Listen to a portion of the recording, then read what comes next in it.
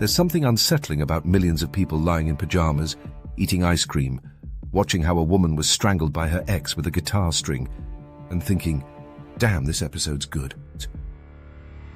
Crime has become premium entertainment. True crime is no longer just a genre. It's a ritual. It keeps you company as you fall asleep, while you do cardio, while you wash dishes. And you're not alone. Millions, especially women, consume it with the same devotion others give to rom-coms. But why? Why do we love watching the story of a real victim told like a criminal soap opera? What does that say about us?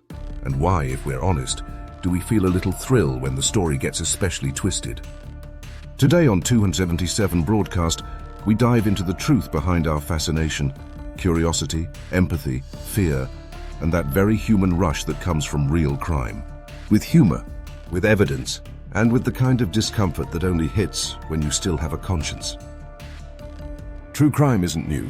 Back in the 19th century, newspapers already sold murder stories more descriptive than a coroner's report. But the modern boom has a name and a soundtrack. Podcasts like Serial or My Favorite Murder, series like Making a Murderer, Dharma, The Staircase, documentaries with drone shots, soft piano and cliffhangers more addictive than fiction. According to Pew Research, 2023, 44% of women who listen to podcasts consume true crime regularly. For men, it's only 23%. Coincidence? Not at all, because true crime isn't just entertainment. It's an emotional ceremony. A little hell you walk into, willingly, with snacks.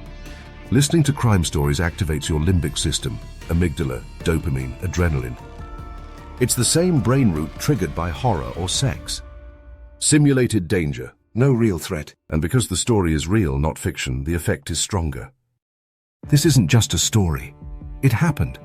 And if it happened, it could happen to me. It's a twisted mix of relief and excitement. Like watching a car crash from a distance and not being able to look away. Especially for women, true crime isn't just curiosity. It's a mental drill. She got attacked because she didn't lock the door. I would never walk alone that late. I always share my location. It's a way to process chronic fear from a safe distance. But there's a darker side too. Fan clubs for serial killers, retro aesthetic edits of Jeffrey Dahmer.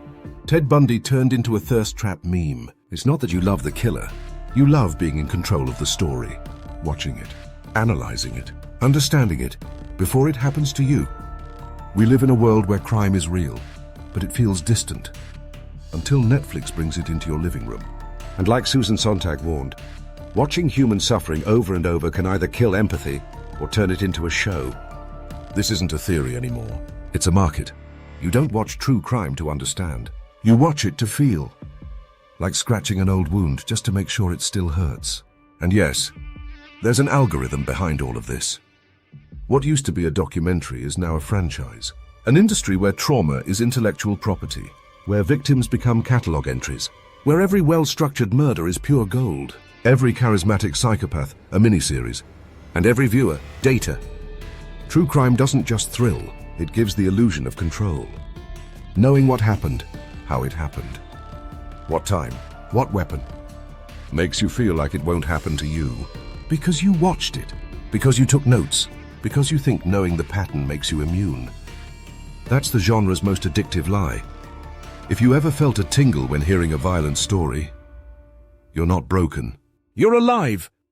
But that doesn't excuse you. It makes you feel responsible. For asking, why do I enjoy this?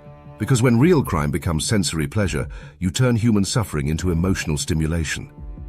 Comedy makes us laugh at the pain we can't cry over.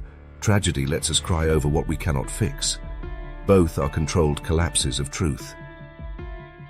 Subscribe to 277 Broadcast, the only place where we turn your darkest habits into questions that sting more than the season finale. And remember, if the next crime you hear sounds like perfect fiction, it's because you've already stopped seeing the horror and started enjoying the plot. And if someday it's you, someone might be listening on their headphones, feeling a chill down their spine and thinking, damn, this episode's good.